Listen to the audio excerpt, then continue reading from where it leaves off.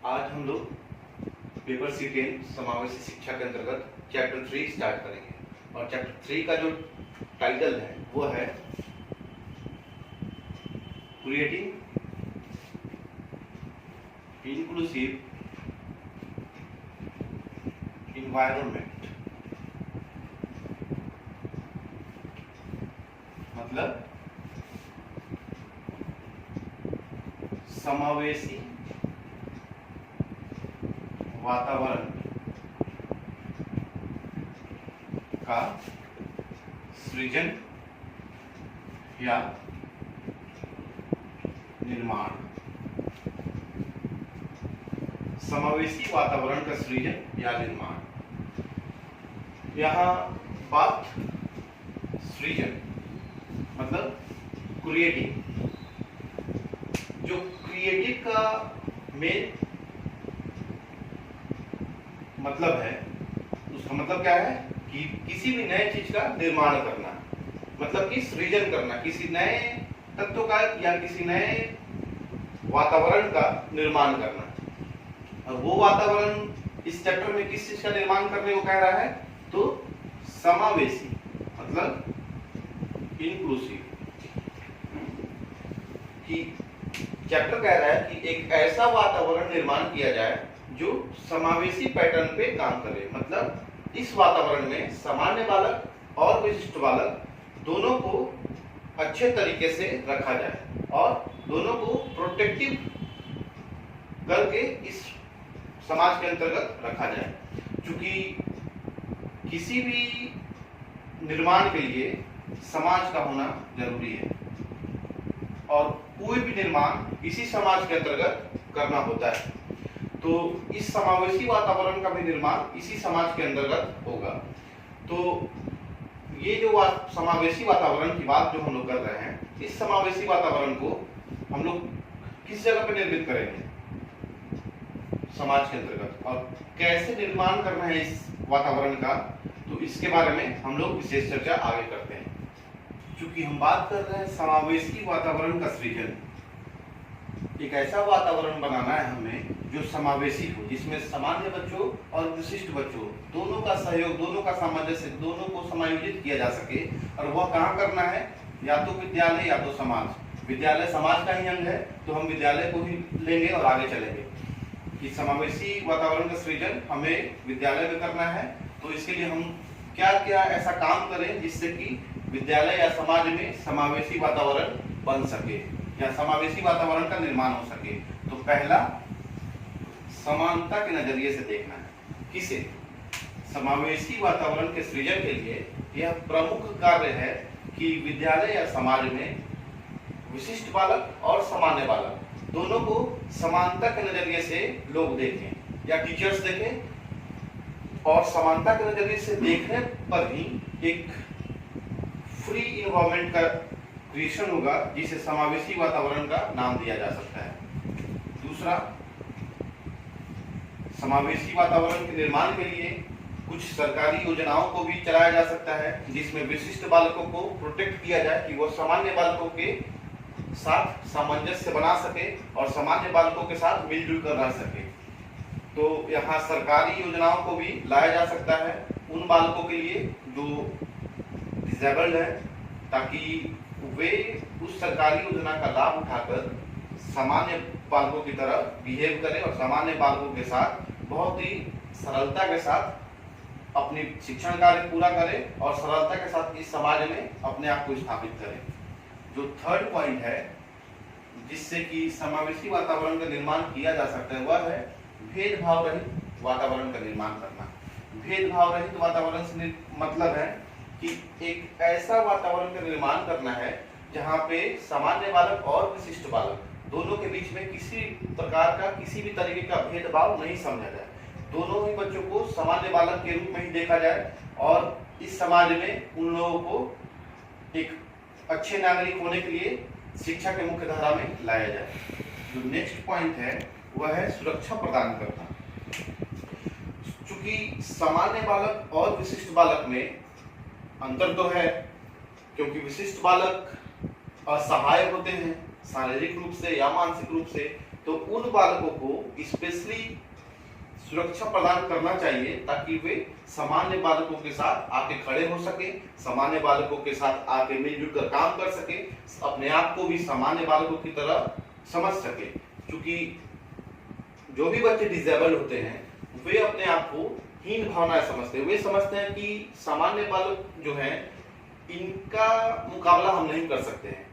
ऐसा नहीं है, क्योंकि सामान्य बालक हो या विशिष्ट बालक हो, अगर विशिष्ट बालकों में शिक्षा ग्रहण करने की क्षमता है तो वे सामान्य बालकों से आगे जा सकते हैं। और ऐसा कई बार देखा भी गया है। इसी समाज में बहुत सारे ऐसे लोग हैं जो विशिष्टता ग्रहण करने के बावजूद भी सामान्य लोगों से कहीं आगे हैं और कहीं अपना नाम कमा चुके हैं। जो नेक्स्ट टॉपिक है वो है रूढ़िवादिता को खत्म करके। क्योंकि रूढ़िवादिता एक बहुत ही अभिशाप के रूप में माना गया है। रूढ़िवादिता से तात्पर्य है कि पुराने परंपराओं को ढोते हुए चलना आगे। और पुराना परंपरा क्या था? पुराना परंपरा ये था विशिष्ट बालकों के लिए कि अगर विशिष्ट बालक है तो वो अगर शिक्षा ग्रहण करना चाहता है तो विशिष्ट विद्यालय में जाए, या तो ऐसा माना जाता था कि विशिष्ट बालक है तो वो शिक्षा ग्रहण करने के योग्य नहीं है। तो यहाँ एक संकीर्ण विचारधारा की उपज ही रूढ़िवादिता को माना जाता है। नेक्स्ट है अनुकूल विद्यालयी बदलाव। क्योंकि सामान्य बालक तो हर हिसाब से अपने आप को अनुकूल तुरंत कर लेंगे। दिक्कत किसे होता है? दिक्कत विशिष्ट बालकों को होता है।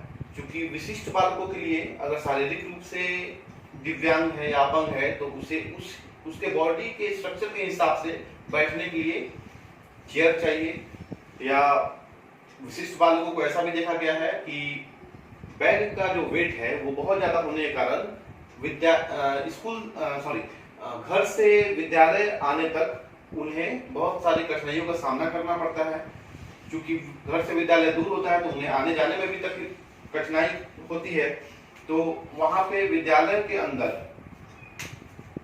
विशिष्ट बालकों को ध्यान में रखकर वैसा अनुकूलन स्ट्रक्चर बनाना चाहिए, वैसा अनुकूल उन लोगों के लिए करना चाहिए ताकि वे अपने आप को कंफर्ट जोन में महसूस कर सके। तभी समावेशी वातावरण का निर्माण हो सकेगा। नेक्स्ट है जागरूकता प्रदान करके। ये एक बहुत ही इंपॉर्टेंट पॉइंट है कि जागरूकता प्रदान करें। जागरूकता किसको देना है? माता पिता को, शिक्षक को भी और समाज के लोगों को।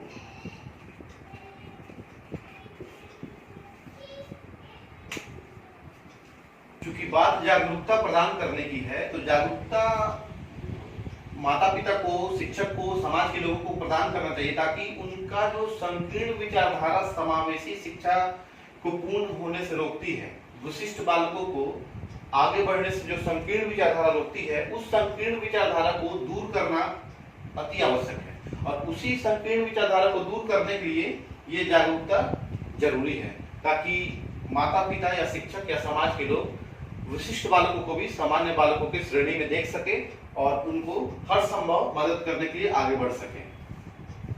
जो नेक्स्ट पॉइंट है वो है अच्छे सामग्रियों को उपलब्ध करके एक शिक्षक समावेशी वातावरण का सृजन कर सकता है। क्योंकि अच्छे सामग्री से तात्पर्य है कि अच्छा टीएलएम हो। अच्छा TLM means teaching learning material, सहायक शिक्षण सामग्री। तो एक अच्छा सहायक शिक्षण सामग्री समावेशी वातावरण का सृजन कर सकता है। क्योंकि समावेशी वातावरण के लिए सामान्य बालक और विशिष्ट बालक दोनों बालकों को एक जगह, एक क्लासरूम में, एक अच्छे वातावरण में शिक्षा देने का काम होता है।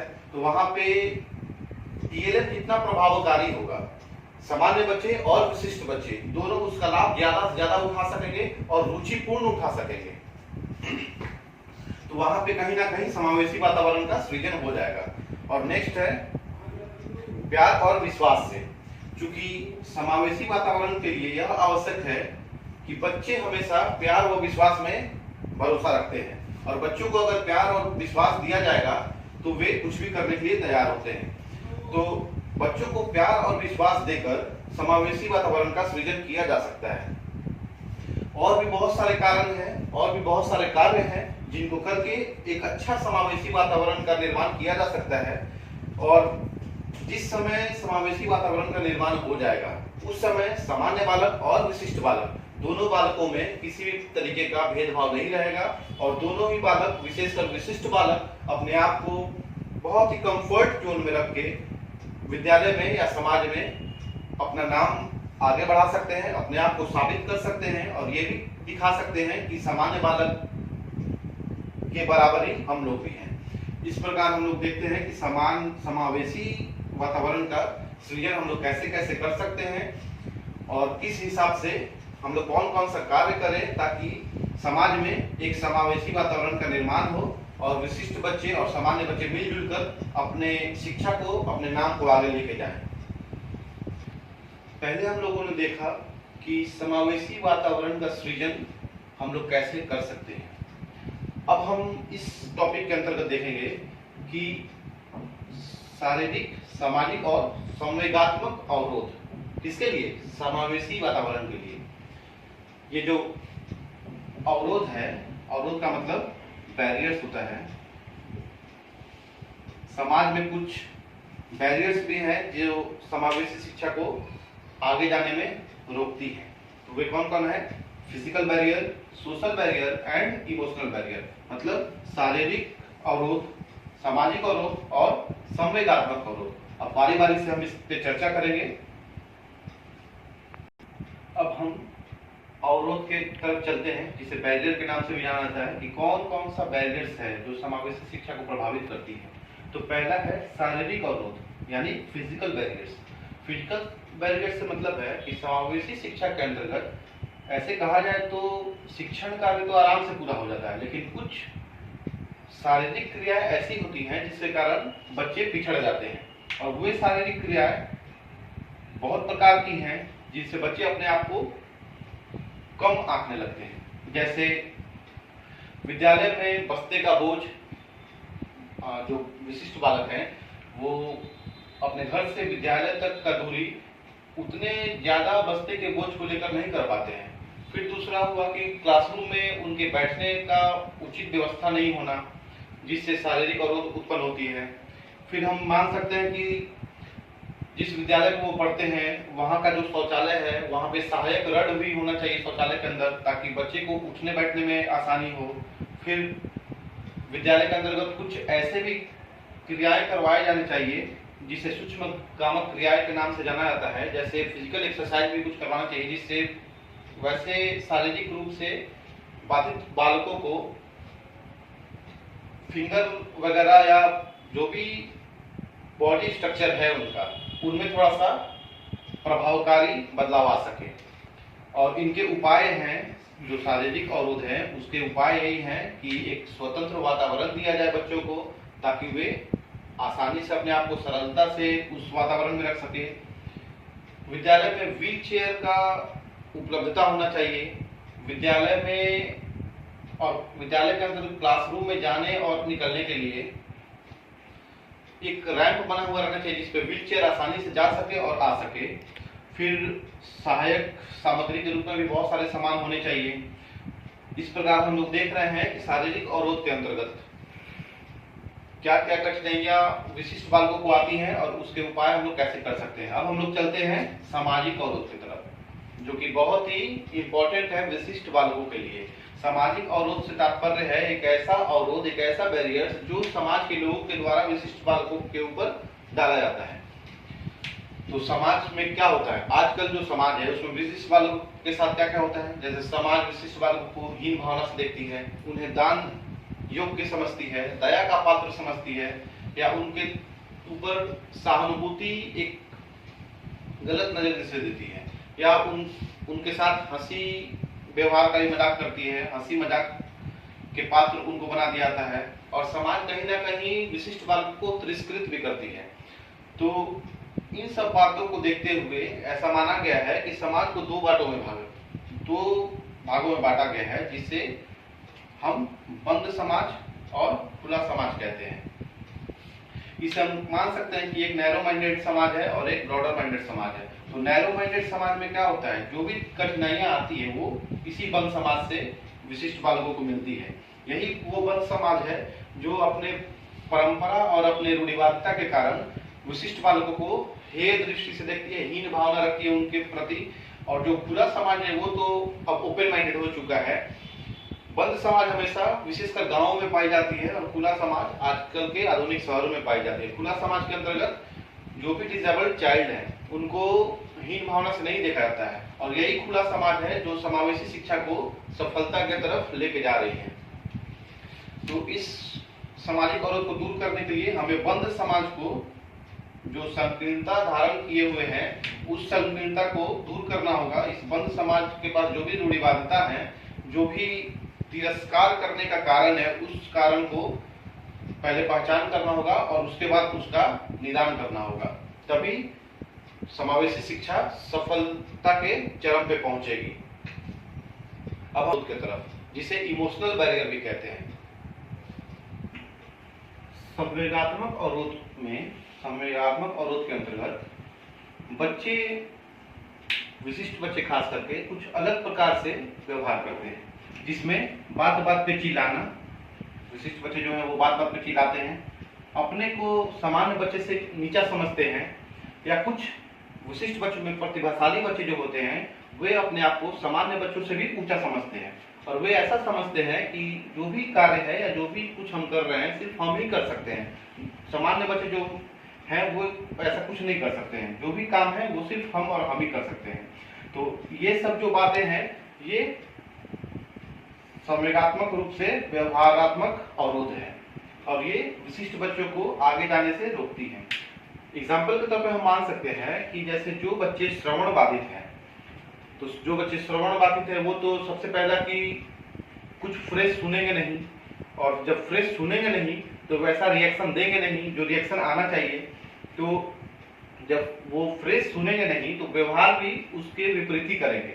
तो यही जो व्यवहार विपरीत होता है उसी को व्यवहारात्मक अवरोध या संवेगात्मक अवरोध का नाम दिया जाता है।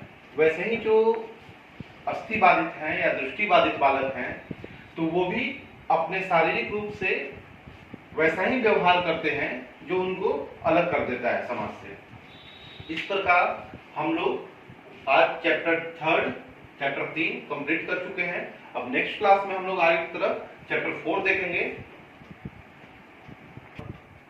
और प्रयास करेंगे कि उसको अच्छे से समझ सकें और अपने व्यवहारिक जीवन में उसको ढाल सके और अपने दिमाग में रखें, ताकि आने वाले एग्जाम में हम अच्छा से अच्छा कर सकें। Thank you.